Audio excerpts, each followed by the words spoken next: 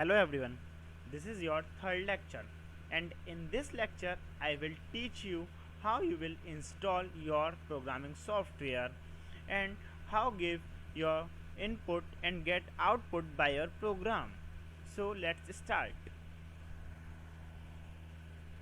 First of all, we write here turbo C++ for window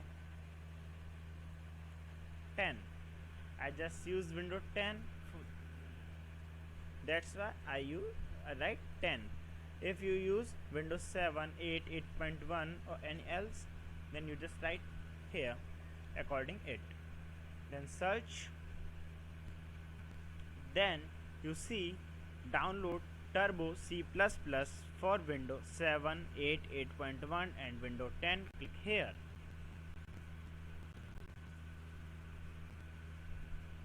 After clicking, you see here a download button, then click on it. After click on download button, you see it downloading, and downloading will start, and it is shown here. I just download it, so I pause. There is also many other software such as Dev C++, and I will show you how you install it. For Dev C++, I just write softonic.com.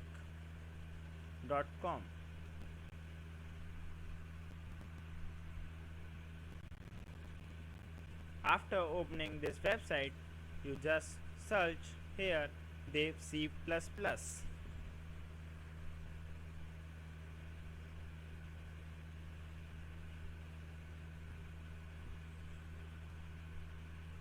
After searching, you just scroll down and see Dev C++, just click on it.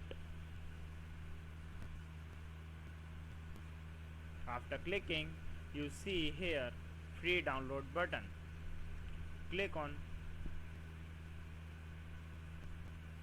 and then you again see free download button. After clicking it, you just download start Dev C++, and after downloading, you just install it. I downloaded it, so I skip this process. After downloading and installing our software, then we open it.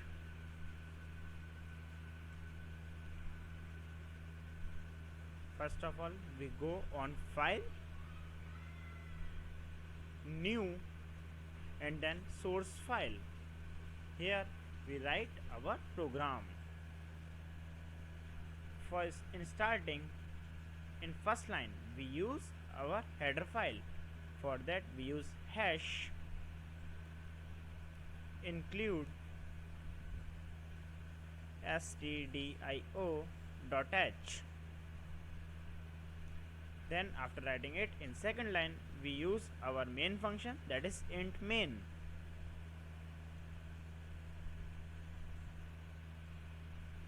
Then we start our body by curly braces. So these curly braces show our body of main function. Here we write our program.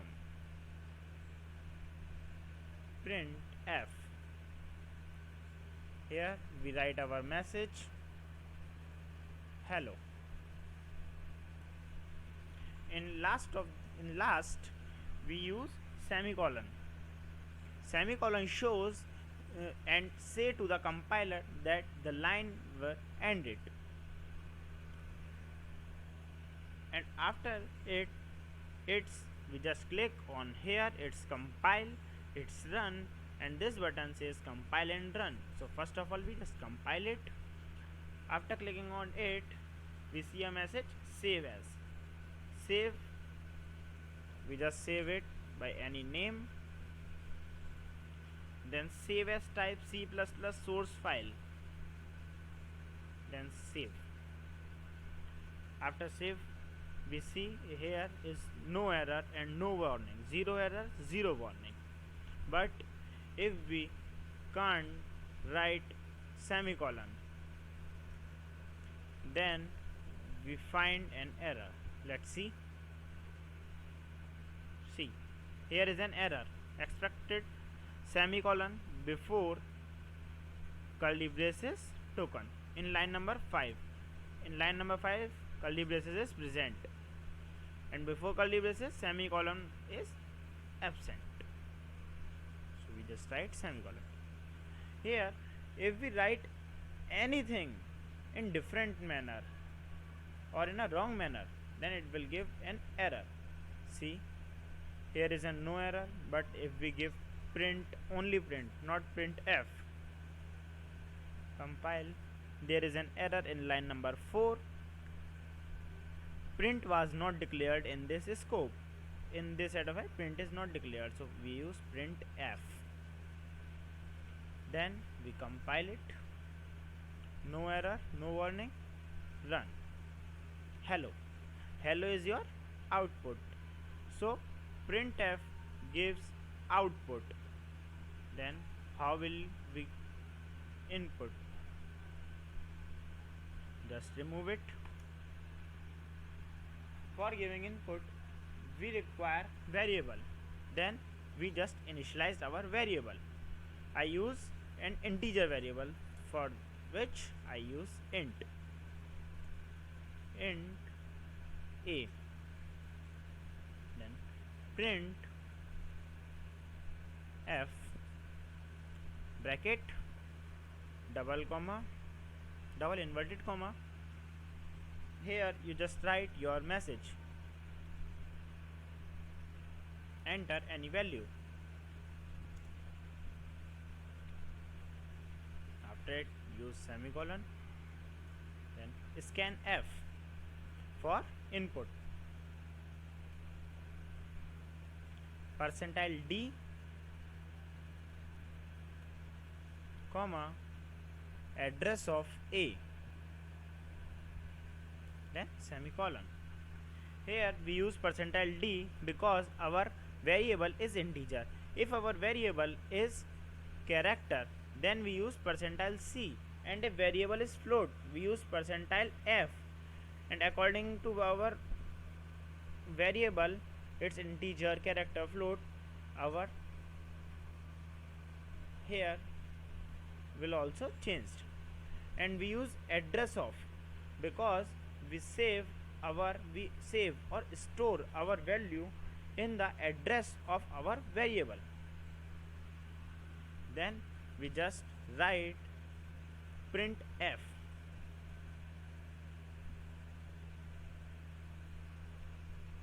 And your value is.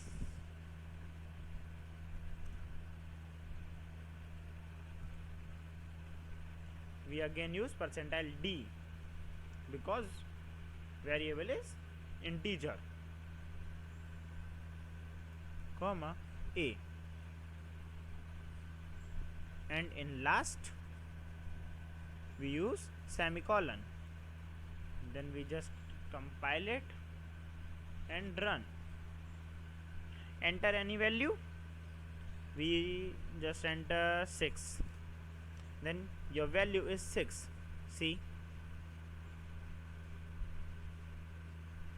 enter any value. Enter any value is your message. In printf, printf is your output. Output is enter any value. Then scanf, scanf is your input. You enter value 6. Then you again get output. Your value is equal to percentile d. It means that value you will enter it, that is 6.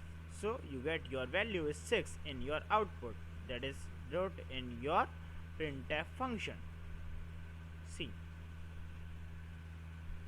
so in this lecture we learn how to install our software and how we give input and get output. Thank you for watching our lecture.